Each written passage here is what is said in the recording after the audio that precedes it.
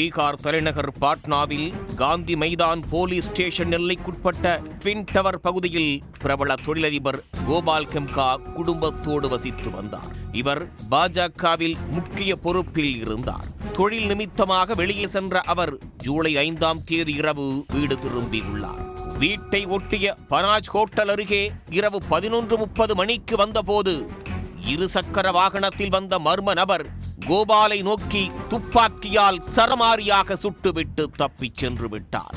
சம்பவ இடத்திலேயே அவர் உயிரிழந்தார். போலீசார் விரைந்து வந்து துப்பாக்கி தோட்டா உள்ளிட்ட முக்கிய பொருட்களை அங்கிருந்து பறிமுதல் செய்தனர். கொலை வழக்காக பதிவு செய்த போலீசார் கோபால் குடும்பத்தினர் மற்றும் நண்பர்களிடமும் விசாரணை நடத்தியுள்ளனர். கொலையாளியை பிடிக்க சிறப்பு புலனாய்வு குழுவும் அமைக்கப்பட்டுள்ளது. முதற்கட்ட விசாரணையில் முன்விரோதம் காரணமாக கோபால் கொலை செய்யப்பட்டது தெரிய வந்தது.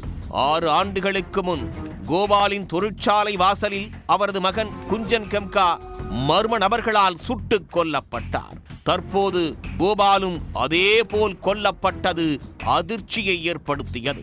இது குறித்து காவல்துறையினர் கூறுகையில், பாட்னாவில் கொலை செய்வதற்கு முன்பு தல்தாலி பகுதியில் உள்ள தேநீர் கடைக்கு 3 பேர் வந்துள்ளனர். பிறகு அதில் ஒருவர் கெம்காவின் வீட்டிற்கு சென்றிருக்கிறார்.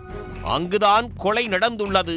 இந்த முக்கிய குற்றவாளி ஏற்கனவே ஒரு கொலை வழக்கில் தேடப்பட்டு வந்தவர் என்றும் காவல்துறையினர் தெரிவித்துள்ளனர்.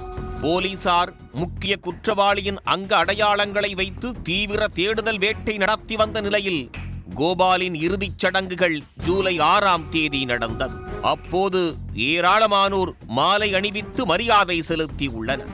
அப்படி வந்தவர்களில் உமேஷ் என்பவரின் அங்க அடையாளங்கள் குற்றவாளிகளோடு ஒத்துப்போகவே போலீசார் அவரை பிடித்து விசாரித்துள்ளனர். அதில்தான் அவர் கோபாலை சுட்டுக் கொன்றதை ஒப்புக்கொண்டுள்ளார். உமேஷிடம் நடத்தப்பட்ட விசாரணையில் ராஜா என்பவர் இந்த கொலைக்கு துப்பாக்கி கொடுத்து உதவியதும் தெரிய வந்தது. இதனால் போலீசார் ராஜாவை மடக்கி பிடித்து விசாரித்திருக்கிறார்கள்.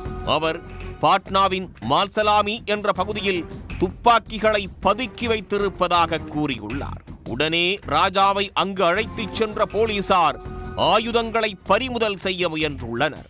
இதனை தனக்கு சாதகமாக பயன்படுத்திக் கொண்ட ராஜா மறைத்து வைத்திருந்த துப்பாக்கியால் போலீசாரை நோக்கி சுட்டுள்ளார். உடனே தற்காப்புக்காக போலீசாரும் துப்பாக்கிச் சூடு நடத்தியுள்ளனர். இதில் ராஜா சம்பவ இடத்திலேயே பரிதாபமாக இறந்துவிட்டதாக பீகார் போலீசார் தெரிவித்துள்ளனர்.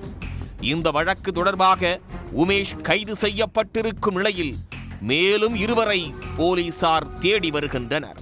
முழுமையான விசாரணைக்கு பிறகே கோபால் கெம்கா கொலையின் மர்மம் விலகும் என்று எதிர்பார்க்கப்படுகிறது.